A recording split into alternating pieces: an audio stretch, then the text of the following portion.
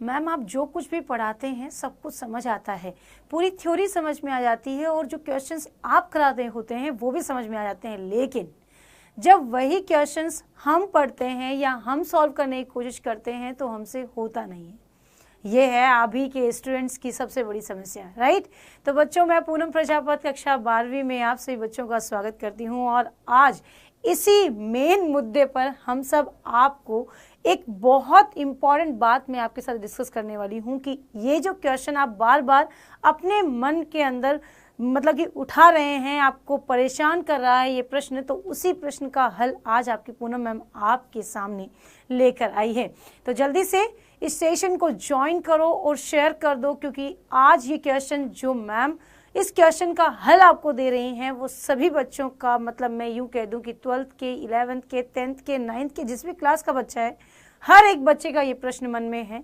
तो अपने को क्या ध्यान में रखना है, कैसे हमें इन चीज़ों पर फोकस करना है कि हम क्या पढ़ें, कैसे पढ़ें, ताकि मैम कराए तब भी क्वेश्चन हल हो और जब मैम पढ़ा करके चली जाएं, जो वो होमवर्क हमें देती हैं वो हम खुद से करें, तो हमसे क्वेश्चन कैसे सॉल्व होंगे, राइट। तो इसके लिए हम बढ़ते हैं आज के इस सेशन में। तो सबसे पहले एक बात मैं आपसे कहना चाहूँगी कि ये सेशन आपके लिए लाया गया है। इस गाइडेंस में ही आपको एक बात और ध्यान में रखनी है कि जो सीरीज़ हम चला रहे हैं, यानी कि आप लोगों के लिए 12th के बेसिकली बच्चों के लिए यहाँ पर मैं कहना चाहूँगी कि बहुत ही अमेजिंग सा बैच लॉन्च किया गया है, भोकाल सीरीज़, जो कि बहुत ज़्यादा इम्पॉर्टेंट है। और 12th के बच्चों के लिए ये बैच इतना इम्पॉर्टेंट है क्योंकि यहाँ पर आपको मिलने वाले हैं क्या, बहुत ही इम्पॉर्टेंट, यानी कि इम्पॉर्टेंट फीचर्स जैसे कि चैप्टर वाइज टेस्ट, आपको detail lectures, then one shot, जो कि 12th के लिए बहुत ज़्यादा इम्पॉर्टेंट बात है। और यहाँ पर फिजिक्स, केमिस्ट्री, मैथ और बायो के साथ साथ आपको मिलने वाला है बोनस सब्जेक्ट इंग्लिश के रूप में, राइट। साथ ही यहाँ पर आपको चैप्टर वाइज टेस्ट और यहाँ पर टीचर स्लाइड, जो कुछ हम लिखते हैं, जो कुछ हम समझाते हैं, वो भी आपको दिए जाएंगे। और यहाँ पर सुपर 500 क्वेश्चंस की एक पूरी सीरीज आपको दी जाएगी, ताकि आप लोग जो हैं वो क्वेश्चंस को प्रैक्टिस कर सकें और अपने आप में कॉन्फिडेंस आप ला सकें कि यस, हम लोग कर सकते हैं, हम भी टॉप कर सकते हैं, हम भी मेरिट ला सकते हैं, राइट। और उस सब के लिए आपको साथ ही साथ डेली क्लासेस में आपको होमवर्क भी प्रोवाइड किया जाएगा। इसके लिए आपको कुछ भी नहीं करना है, केवल और केवल इसी गाइडेंस के इसी वीडियो के नीचे आपको लिंक डिस्क्रिप्शन में दिया गया है, उसको क्लिक करना है, देन आप भोकाल्स बैच को ज्वाइन कर सकते हैं। ओके, तो बिना समय गवाते हुए अब आते हैं अपने टॉपिक पर कि क्वेश्चंस को हम कैसे सॉल्व कर सकते हैं। पर थ्योरी समझ आती है पर क्वेश्चन नहीं होता है। तो चलिए जी, सबसे पहले आपको ध्यान में रखना है कि एक बहुत इंपॉर्टेंट बात कि जो भी थ्योरी आपको पढ़ाई जाती है वो पढ़ाई ही इसलिए जाती है कि क्वेश्चन सॉल्व हो जाएं, है ना। और क्वेश्चन भी इसीलिए बनाए जाते हैं कि उन्हें सॉल्व किया जा सके। अपने दिमाग से ये बात तो आपको निकालनी होगी कि आप लोग ये सोचते हैं कि क्वेश्चन जो है ये हमसे होता नहीं है, इसका मतलब ये बहुत हार्ड है, ये बहुत ज़्यादा, इसका लेवल बहुत ज़्यादा टफ है। तो आपको ये दिमाग से भ्रांति को हटाना होगा और अपने आप में एक कॉन्फिडेंस डेवलप करना होगा कि जो भी थ्योरी टीचर्स पढ़ा रहे हैं, मैं पढ़ा रही हूँ आपको, या कोई भी फिजिक्स वाली मैम, केमिस्ट्री वाली मैम, मैथ्स वाले सर, जो भी आपको थ्योरी पढ़ा रहे हैं, थ्योरी पढ़ाई इसलिए जाती है कि आप क्वेश्चंस को सॉल्व कर सकें, है ना।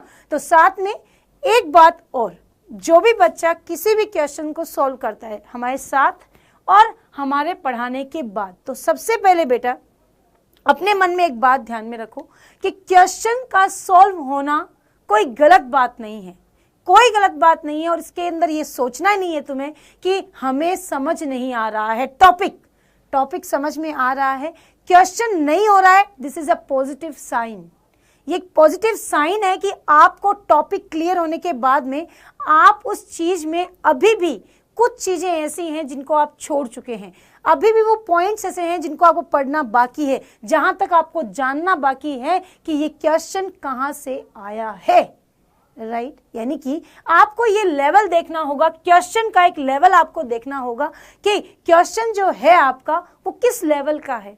क्वेश्चन हार्ड भी हो सकता है, इजी भी हो सकता है, राइट। अगर क्वेश्चन इजी है और वो आपसे हो रहा है, कोई दिक्कत नहीं है, इसका मतलब कुछ चीजें थ्योरी जो है वो अभी भी आपको डेप्थ में जाकर पढ़नी है। जो मैम ने पढ़ाया है, जितना मैम ने पढ़ाया है उसको एक बार वापस रिवाइज करना है। कौन सा पॉइंट है जो हमसे छूट गया है वो देखना है, राइट। तो इजी क्वेश्चन हो रहे हैं, राइट। हार्ड क्वेश्चन क्यों नहीं हो रहे हैं? आपको वो थ्योरी में जाना है, वहां टॉपिक देखना है और उसको सॉल्व करना है। अब कई बच्चे ये सोच रहे होंगे कि मैम फिर तो चीटिंग हो गया ना, कि मैं क्वेश्चन कर रहा हूं, मुझे क्वेश्चन नहीं आया, मैंने नोट्स को खोला। तो भाई नोट्स कराए क्यों गए हैं? रखने के लिए थोड़ा ना कराए मैंने। किसी भी टीचर ने नोट्स को सजाने के लिए तो नहीं कराया, ऑफ कोर्स उनको पढ़ने के लिए कराया है। और इसीलिए लिखाया जाते हैं नोट्स, ताकि आप बच्चे उनको रिवाइज करो, बार बार उनको देखो, उनको टेली करो कि कहां पर कौन सा क्वेश्चन किस टॉपिक से आए, कैसे आ रहा है, हम उसमें से क्या नहीं पढ़ पाए कि हमें ये क्वेश्चन क्लिक नहीं किया।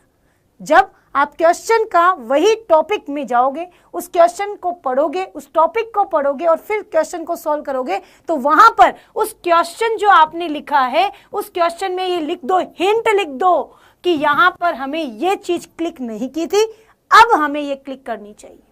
तो इससे रिलेटेड सारे क्वेश्चंस आपसे हल हो जाएंगे, राइट। बात समझ में? यानी कि टॉपिक में से इजी और हार्ड क्वेश्चन इजी हो रहा है, हार्ड नहीं हो रहा, तो टेंशन की जरूरत नहीं है। आप सही जा रहे हैं, सही दिशा में जा रहे हैं। पर इजी क्वेश्चन भी नहीं हो रहा है, इसका मतलब आपका डेडिकेशन ही नहीं है।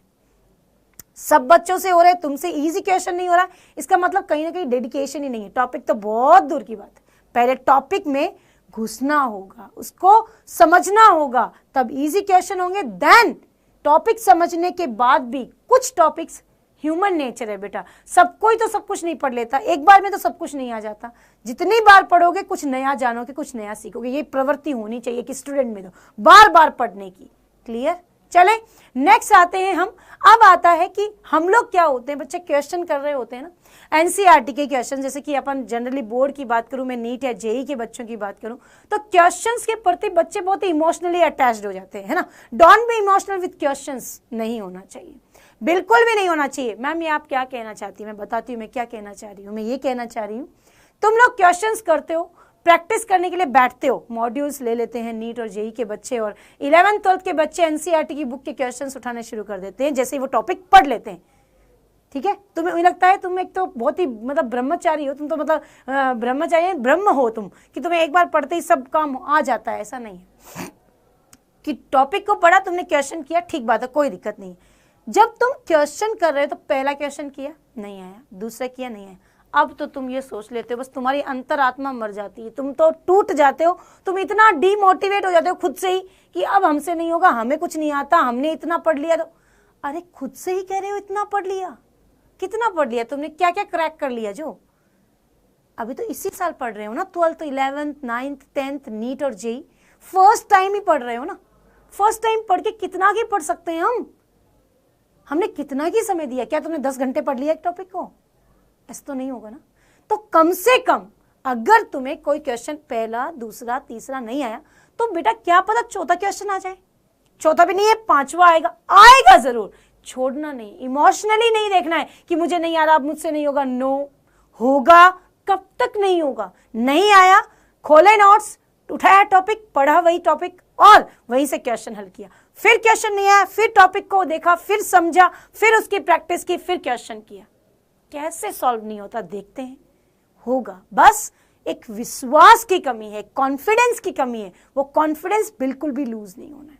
और इसके लिए एक सिस्टमैटिक पढ़ने का तरीका भी होना चाहिए, है ना, कि डेली आपको जो पढ़ाया जा रहा है वो पढ़ो, उसको एनालिसिस करो कि भाई हम लोग ने क्या पढ़ा है, हमने क्या नहीं पढ़ा है, मैम ने क्या पढ़ाया, मैम ने क्या नहीं पढ़ाया, मैम ने किस तरह से टॉपिक को समझाया, हमने उसको कैसे समझा, ये सब भी जरूरी है। तो सबसे मेन मुद्दा क्या है कि आपको एक तो प्रैक्टिस तो करनी है, उसको छोड़ना नहीं है। 1 2 3 क्वेश्चन किए, फिर 14 नहीं आया, छोड़ दिया, नहीं, छोड़ना नहीं, लगे रहो, तुम लगे रहो, आएगा, टॉपिक भी समझ आएगा तो क्वेश्चन भी सॉल्व होगा। क्वेश्चन बनाए, दिमाग में फीड करो ये लाइन, क्वेश्चन बनाए ही सॉल्व करने के लिए होते भाई। क्लियर? तो अब ये बात ध्यान रखनी है, और साथ ही साथ आपको एक सिस्टमैटिक टाइम टेबल के साथ पढ़ना है, जिसके लिए आप बच्चों के लिए हमने वोकल सीरीज को बनाया है, वोकल बैच तैयार किया है, जो कि 3 जून से स्टार्ट हो चुका है, जिसमें आप लोगों को डिटेल लेक्चर्स, वन शॉट और आपको physics, chemistry, bio, math math और इसके साथ बोनस सब्जेक्ट मिल रहा है इंग्लिश। साथ ही आपको यहाँ पर chapter wise test, teacher slide, then top 500 question की एक टॉप सीरीज भी दी जाएगी। साथ ही साथ आप लोगों को होमवर्क भी प्रोवाइड किया जाएगा। तो अभी भी देर नहीं हुई है, ज्वाइन द भोकाल सीरीज, और जितना हो सकता है, जितना जल्दी हो सकता है, अभी भी लेट नहीं हो, अभी भी ज्वाइन कर लो। उसके बाद में आप लोग जाके नवंबर दिसंबर में किस चीज़ को पढ़ना शुरू करोगे तो यहाँ तक का बैकलॉग कवर करना मुश्किल होगा। फिर हम रोने लग जाते हैं, मैम एक सा टॉपिक बता दो, हमें ऐसा कुछ करवा दो कि हम पास हो जाएं, हम निकल जाएं, बस हमारी नया पार लगा दो। तो ऐसा तो नहीं हो सकता ना, ऐसा तो नहीं हो सकता ना यार।